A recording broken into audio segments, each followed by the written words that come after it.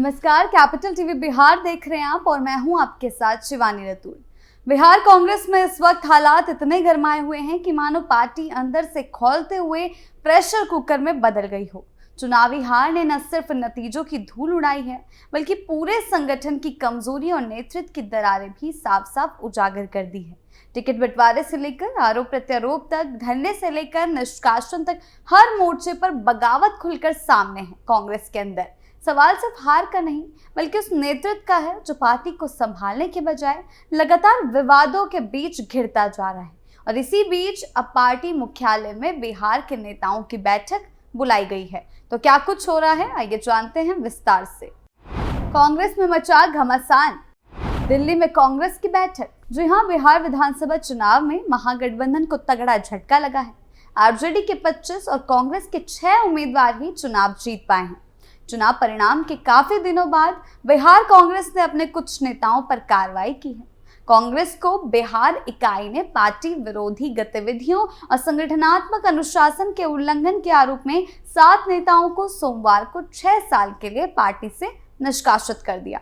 कांग्रेस प्रदेश अनुशासन समिति के अध्यक्ष कपिल देव प्रसाद यादव द्वारा जारी आदेश के अनुसार संबंधित नेताओं से प्राप्त स्पष्टीकरण समिति को संतोषजनक नहीं लगे। आदेश में कहा गया है कि कांग्रेस सेवा दल के पूर्व उपाध्यक्ष आदित्य पासवान, कांग्रेस के बिहार इकाई के पूर्व उपाध्यक्ष शकीलुर रहमान, कांग्रेस की किसान शाखा के पूर्व अध्यक्ष राजकुमार शर्मा, युवा कांग्रेस की प्रदेश इकाई के पूर्व अध्यक्ष राजकुमार राजन, पार्टी के अति पिछड़ा विभाग के पूर्व अध्यक्ष कुंदन गुप्ता, कांग्रेस की बांका जिले कमेटी के अध्यक्ष कंचना कुमारी और नालंदा जिले के रवि गोल्डेन को पार्टी से 6 सालों के लिए निष्कासित किया गया है। जी हां, समिति ने कहा है कि नेताओं की गतिविधियां पार्टी अनुशासन उल्लंघन के 5 मानकों में से 3 के अंतर्गत साफ रूप से आती हैं।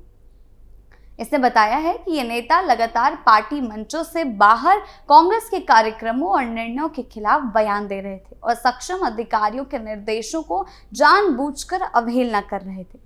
समिति ने कहा है कि प्रिंट और सोशल मीडिया में टिकटों की खरीद फरोख्त जैसे निराधार और भ्रामक आरोप लगाकर उन्होंने पार्टी की प्रतिष्ठा को नुकसान पहुंचाया है। अनुशासन समिति ने साफ किया कि जिन मुद्दों को उठाकर दुष्प्रचार किया गया, उन पर पार्टी ने पूरी पारदर्शिता अपनाई थी। कांग्रेस बिहार चुनाव में हार की दिल्ली में समीक्षा करेगी। जी हां, इसके लिए पार्टी मुख्यालय में 27 नवंबर को बिहार के नेताओं की बैठक बुलाई गई है। इसमें पार्टी के सभी 61 प्रत्याशी अपने अपने क्षेत्र की रिपोर्ट देंगे। हार के बाद बिहार कांग्रेस में बवाल मचा हुआ है। पार्टी ने 43 नेताओं को नोटिस दिया है, 7 को निष्कासित किया है। बावजूद टिकट बंटवारे का विरोध थमने का नाम नहीं ले रहा है। नाराज गुट पार्टी नेता राहुल गांधी से मुलाकात को दिल्ली में डेरा जमाए हुए हैं। इस बीच चुनाव में खराब प्रदर्शन की समीक्षा बैठक को महत्वपूर्ण माना जा रहा है। बैठक में सभी 61 प्रत्याशी, पार्टी के सभी सांसद, प्रदेश अध्यक्ष राजेश राम, प्रदेश प्रभारी कृष्णा लवरू, शकील अहमद खान, मदन मोहन झा आदि शामिल होंगे। पार्टी के प्रदर्शन पर सभी अपनी अपनी रिपोर्ट प्रस्तुत करेंगे। बता दें कि पार्टी ने विधानसभा चुनाव में 61 सीटों पर चुनाव लड़ा था और इनमें 6 पर जीत मिली है। नाराज गुट में मचा हड़कंप। जी हां, बिहार कांग्रेस में नतीजों के बाद से ही विवाद और आरोप प्रत्यारोप जारी है। टिकट वितरण को लेकर उठी नाराजगी शांत होने का नाम नहीं ले रही है। इसके बावजूद एक नाराज गुट राहुल गांधी से मुलाकात की मांग कर रहा है। पार्टी के अंदर चल रही ये उठापटक आगामी बैठक को और भी संवेदनशील बना देती है। पार्टी इसे भविष्य की रणनीति तय करने का अवसर मान रही है। बैठक में ये भी समीक्षा होगी कि महागठबंधन के भीतर कांग्रेस की पकड़ कमजोर क्यों पड़ गई और संगठनात्मक रूप से पार्टी किन मोर्चों पर पिछड़ गई है। बिहार कांग्रेस में इस समय जिस तरह की उठापटक देखने को मिल रही है, वो ये साफ संकेत देती है कि पार्टी के भीतर नेतृत्व को लेकर गंभीर सवाल खड़े हैं। संगठन के शीर्ष स्तर पर साफ दिशा और मजबूत नियंत्रण का अभाव दिखाई देता है, जिसकी वजह से पार्टी की आंतरिक व्यवस्था लगातार कमजोर होती जा रही है। और यह स्थिति न सिर्फ कार्यकर्ताओं के मनोबल को प्रभावित कर रही है, बल्कि पार्टी की साख पर भी सीधा असर डाल रही है। नेतृत्व की इस कमी का सीधा असर टिकट बंटवारे से लेकर संगठनात्मक फैसलों तक पर दिखाई दे रहा है। हर निर्णय को लेकर सवाल उठाए जा रहे हैं और नाराज गुटों की आवाज पूरी तरह मुखर हो चुकी है। पार्टी के भीतर यह असंतोष इस हद तक बढ़ गया है कि एक पूरा धड़ा टूटकर अलग हो चुका है, जबकि कुछ नेताओं को पार्टी ने खुद बाहर का रास्ता दिखा दिया है। अब जो बैठकें बुलाई जा रही हैं वो इसी बात को समझने और सुलझाने की कोशिश है कि आखिर वो कौन सी परिस्थितियां और निर्णय थे जिन्होंने पार्टी को इतनी बुरी तरह से धराशायी कर दिया। संगठन की जमीनी पकड़ कमजोर पड़ चुकी है और कार्यकर्ताओं में निराशा का माहौल है। इस पूरी स्थिति से ये साफ झलकता है कि कांग्रेस को बिहार में अपनी राजनीतिक जमीन मजबूत करने के लिए सबसे पहले अपने ढांचे को और नेतृत्व को मजबूती में लाना होगा। जिस तरह से कांग्रेस नेतृत्व और प्रदेश अध्यक्ष पर सवाल उठ रहे हैं, उससे ये साफ दिखाई देता है कि पार्टी के भीतर नाराजगी गहराती जा रही है। नेताओं और कार्यकर्ताओं का असंतोष अब खुलकर सामने आने लगा है। ये स्थिति केवल कांग्रेस तक सीमित नहीं है, बल्कि पूरे महागठबंधन में देखने को मिल रही है। चाहे आरजेडी हो या अन्य दल, हर जगह कार्यकर्ताओं की नाराजगी और नेतृत्व के प्रति सवाल उठते नजर आ रहे हैं। साफ है कि महागठबंधन की हार का बड़ा कारण खुद नेतृत्व की कमजोरियां और आंतरिक असंतोष को समय पर ना संभालना है। कांग्रेस में भी चुनावी हार का सीधा असर साफ रूप से दिखाई दे रहा है।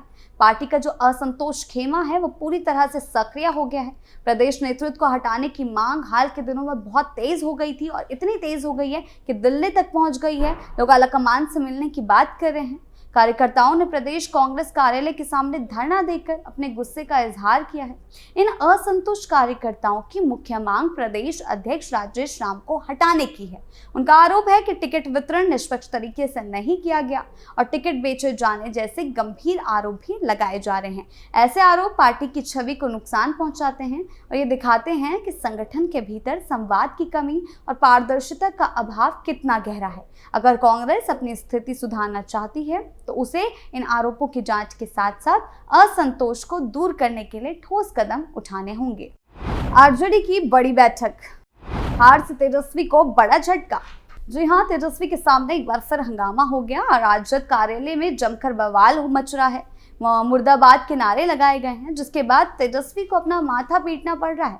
बिहार विधानसभा चुनाव में करारी हार के बाद राजद नेता तेजस्वी यादव नुकसान की वजहों को समझने बैठे थे। ऐसे में उन्हें ही नुकसान का जिम्मेदार ठहराया गया। संजय यादव को लेकर काफी हंगामा देखने को मिल रहा है। सवाल पूछा जा रहा है कि जब बार बार खुद के नेता संजय यादव को लेकर सवाल खड़े कर रहे हैं तो पार्टी से उन्हें बाहर क्यों नहीं निकाला जा रहा है। और तेजस्वी इस बात का जवाब भी नहीं दे पा रहे हैं और शांति से बैठे हुए हैं। तेजस्वी को आगे आने वाले समय में इसके परिणाम भी भुगतने पड़ सकते हैं। उनको ये बहुत महंगा पड़ सकता है, क्योंकि संजय यादव के खिलाफ विरोध प्रदर्शन लगातार देखने को मिल रहा है। बिहार विधानसभा चुनाव में करारी हार के बाद तेजस्वी यादव अब नुकसान की वजहों को समझने और संगठन को दुरुस्त करने में जुट गए हैं, लेकिन हार की असली वजह वो खुद ही सामने आ रहे हैं। और इसी कड़ी में 26 नवंबर से 30 नवंबर तक पटना स्थित राजद कार्यालय में 119 हारी हुई सीटों की विस्तृत समीक्षा की जा रही है। तेजस्वी यादव इस दौरान हारे हुए प्रत्याशियों, जिला अध्यक्षों, पार्टी के प्रधान महासचिवों को और प्रमंडलवार 1-to-1 बैठक कर रहे हैं। तेजस्वी यादव की समीक्षा बैठक 2 चरणों में है। पहला चरण 26 से 30 नवंबर तक और इसके बाद 1 से 5 दिसंबर तक।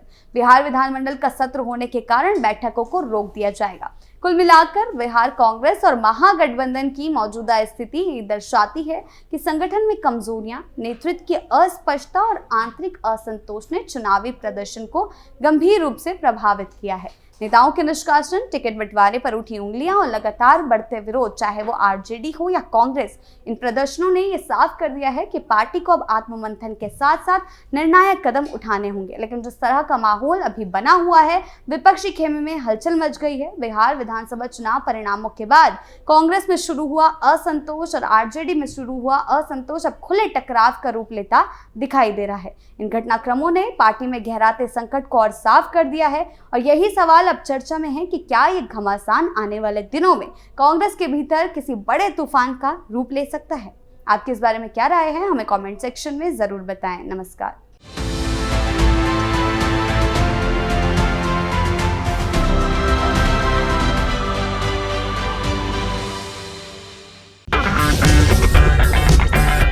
अगर आपको हमारा वीडियो पसंद आया हो तो इसे लाइक करें, हमारे चैनल को सब्सक्राइब करें और हाँ, बेल आइकन दबाना ना भूलें ताकि आप तक हमारे वीडियो की नोटिफिकेशन पहुंचती रहे। आप अपना सुझाव हमें कमेंट बॉक्स में दे सकते हैं। हमारे साथ जुड़ने के लिए शुक्रिया।